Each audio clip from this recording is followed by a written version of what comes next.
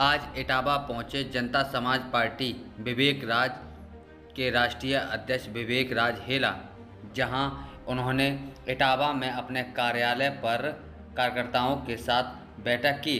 कार्यकर्ताओं की जनसुनवाई के साथ साथ उन्होंने अपने पदाधिकारियों के साथ बैठक में शामिल हुए।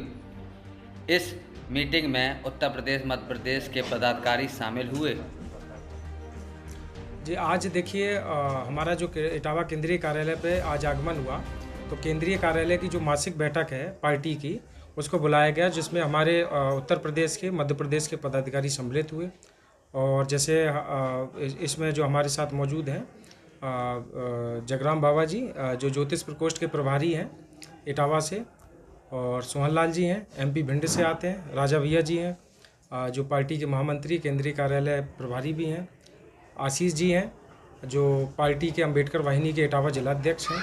तो आज की प्रेस या वार्तालाप करने का उद्देश्य इस बात से है कि जिस प्रकार से देश में एक चीज़ निकल के आई है कि जो सुप्रीम कोर्ट ने एक अपना फैसला दिया हुआ है, उसमें SC/ST एक्ट में आरक्षण में भी आरक्षण का विभाजन हो, तो हम और हमारी पार्टी उसका पूर्ण रूप से समर्थन करते हैं। क्योंकि शोषित पीड़ित जो वंचित वर्ग है, वंचित जातियाँ हैं शेड्यूल कास्ट की, वो आज भी राजनीतिक हिस्सेदारी के लिए उपेक्षित हैं। क्योंकि एक वर्ग उसका फ़ायदा ले रहा है, जो फ़ायदा ले रहा है वही उसका विरोध कर रहा है, बड़े पैमाने पे विरोध कर रहा है। तो मुझे लगता है कि ये न्याय संगत नहीं है।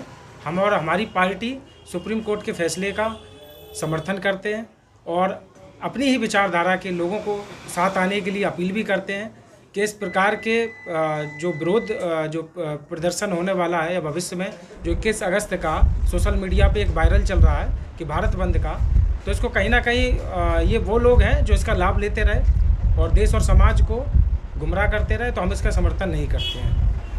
बांग्लादेश में जो घटना चल रही है, हिंसा हो रही है, इस पर लेकर देखिए, बांग्लादेश में जो नरसंहार चल रहा है, सबसे बड़ा नरसंहार बांग्लादेश में हिंदुओं के साथ चल रहा है। उनके मंदिरों को जला देना, जो हमें सोशल मीडिया से प्राप्त जानकारी में पता चल रहा है कि किस प्रकार की बर्बरता की गई कि एक हिंदू महिला को उठा ले जा रहे हैं एक जानवरों की तरह, उसमें गाड़ी में ले जाके ना जाने कितने लोगों ने उसके साथ गलत कार्य, बलात्कार जैसी घटनाओं को अंजाम दिया।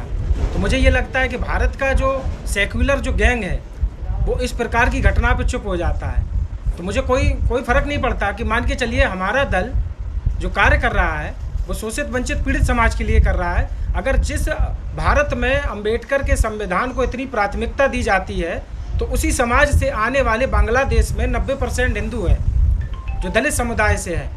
क्या यहाँ के तथाकथित जो लोग रहे अंबेडकरवादी होने का दावा करते रहे हैं, तो उन लोगों को आज साफ सूंघ गया, मुंह में दही जम गया कि उनके लिए एक शब्द नहीं निकल रहा है। आप कल्पना भर कीजिए कि उस देश में क्या चल रहा होगा कि जिसकी आबादी 1.5 करोड़ समथिंग लगभग होगी, कि वहाँ हिंदुओं के साथ कैसा नरसंहार है। तो मुझे ये लगता है कि इस पर आप ज़रूरत है, अंतर्राष्ट्रीय जो हमारा पूरा समाज है, संयुक्त राष्ट्र, सब चुप है, पूरी दुनिया के सारे राष्ट्र चुप हैं। कहीं फ़िलिस्तीन का कोई नारा देता है भारत की संसद में, फ़िलिस्तीन जिंदाबाद का, उसका समर्थन वाले हज़ारों उतर आते हैं, कहीं कुछ होता है, लेकिन ये भारत की धरती पर नज़र आता है। लेकिन जो हमारे समाज, हमारा परिवार, हमारा हिस्सा है, पूरे के पूरे हिंदुओं के साथ जो बर्बरता की जा रही है, एक भी व्यक्ति, एक भी दल सामने नहीं आया। तो इसका सीधा सा उद्देश्य है कि वो राजनीतिक लाभ के लिए, केवल अपने वोट बैंक साधने के लिए अपने हिसाब से स्टेटमेंट देते हैं, अन्यथा कहीं स्टेटमेंट नहीं देते, क्योंकि बांग्लादेश के लोग उनको वोट नहीं दे सकते। सीधी सी बात है। एक तरफ संसद में कहते हैं कि हिंसक होता है हिंदू, तो मुझे लगता है कि हिंदू हिंसक नहीं होता। अगर हिंसक होता तो आज वो बांग्लादेश में जो 1 करोड़ 30 लाख या 1.5 करोड़ की समथिंग की जो आबादी से पलायन कर रहा है, तो मुझे ये लगता है कि वो खुद शोषित पीड़ित वंचित वर्ग है। एक शांति प्रिय कौम है जो हर जगह से मारी जा रही है। जैसे हमारे यहाँ से पाकिस्तान विभाजन हुआ सन 71 में, जो कार्रवाई इंदिरा सरकार ने की थी, तो हम तो अपेक्षा रखेंगे भारत सरकार से कि वही कार्रवाई वर्तमान में भी करे, क्यों ना कि भारत में ही इसका विलय कर लिया जाए। इस प्रकार की स्थिति कहीं ना कहीं हमारे पूरे हिंदू समाज के लिए और वर्तमान भारत के लिए भी खतरनाक है, क्योंकि कुछ कांग्रेस के नेताओं का भी स्टेटमेंट इस प्रकार का वक्तव्य है जो कहीं ना कहीं पूरे देश को झंझोर के रखने वाला है। वो कहते हैं कि अगर इसी तरीके की तानाशाही सरकार अगर बांग्लादेश में होगी तो भारत में क्यों नहीं हो। तो इसका मतलब कहीं ना कहीं मौन रूप से आप उनको भी समर्थन कर रहे हैं। और अगर यही स्थिति अगर भारत में आती है तो क्या भारत की सरकार इसके लिए निपटने के लिए तैयार है? तो मुझे ये लगता है कि ऐसे लोगों पे तत्काल कार्रवाई हो, और जो बांग्लादेश में जो पूरा का पूरा शोषित वंचित पीड़ित हमारा हिंदू समाज है उसको न्याय मिले, उनकी सुरक्षा सुनिश्चित हो, ऐसा हमारी भारत सरकार संयुक्त राष्ट्र में अपील करे। जो भी संभव मदद हो सके उनको संभव मदद दिलाएं, क्योंकि वो दिन दूर नहीं कि पूरी दुनिया में कोई भी हिंदू राष्ट्र नहीं रहा जहाँ पे भी हमारे लोग हैं आज भी शोषित पीड़ित वंचित है, पिट रहे हैं। और दूसरा मुद्दा हमारा ये भी था कि वर्तमान में कुछ लोगों के हमारे पास प्रार्थना पत्र भी आए थे जो पार्टी के केंद्रीय कार्यालय को प्राप्त हुए, जिसके संबंध में हम लोगों को ज्ञापन भी देना है। तो जिसमें एक आशा देवी जी हैं जो अनुसूचित वाल्मीकि समाज से आती हैं, जो बसरैर ज़िले से हैं। इनके यहाँ राशन डीलर के द्वारा इनके साथ जातिगत भेदभाव करके उनको राशन देने से मना कर दिया गया। उनको जातिगत भेदभाव के कारण से कहा गया कि तुम बाहर जाओ, तुम इस जाति से हो। तो कहीं ना कहीं ये दिखाता है कि उस महिला के द्वारा पूर्व में प्रार्थना पत्र भी दिया गया।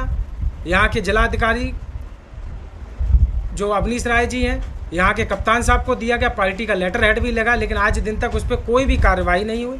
तो कहीं ना कहीं ये भी एक जातिवाद का एक मूल स्वरूप दिखाता है कि किस प्रकार से इटावा में भी जो अनुसूचित जाति वर्ग है वो शोषित पीड़ित वंचित है, और जातीय भेदभाव के कारण किस प्रकार से एक महिला अपनी पीड़ा को सहन कर रही है, कि जो हमारे सामने आके मांग कर रही है, लेकिन हमारा प्रशासन उस पर कुछ नहीं बोलता है। तो हम तो यही मांग करेंगे राज्य सरकार से भी कि ऐसे लोगों पे तत्काल SC/ST एक्ट में मामला दर्ज होना चाहिए और उन्हें तत्काल की तत्काल गिरफ्तारी होना चाहिए।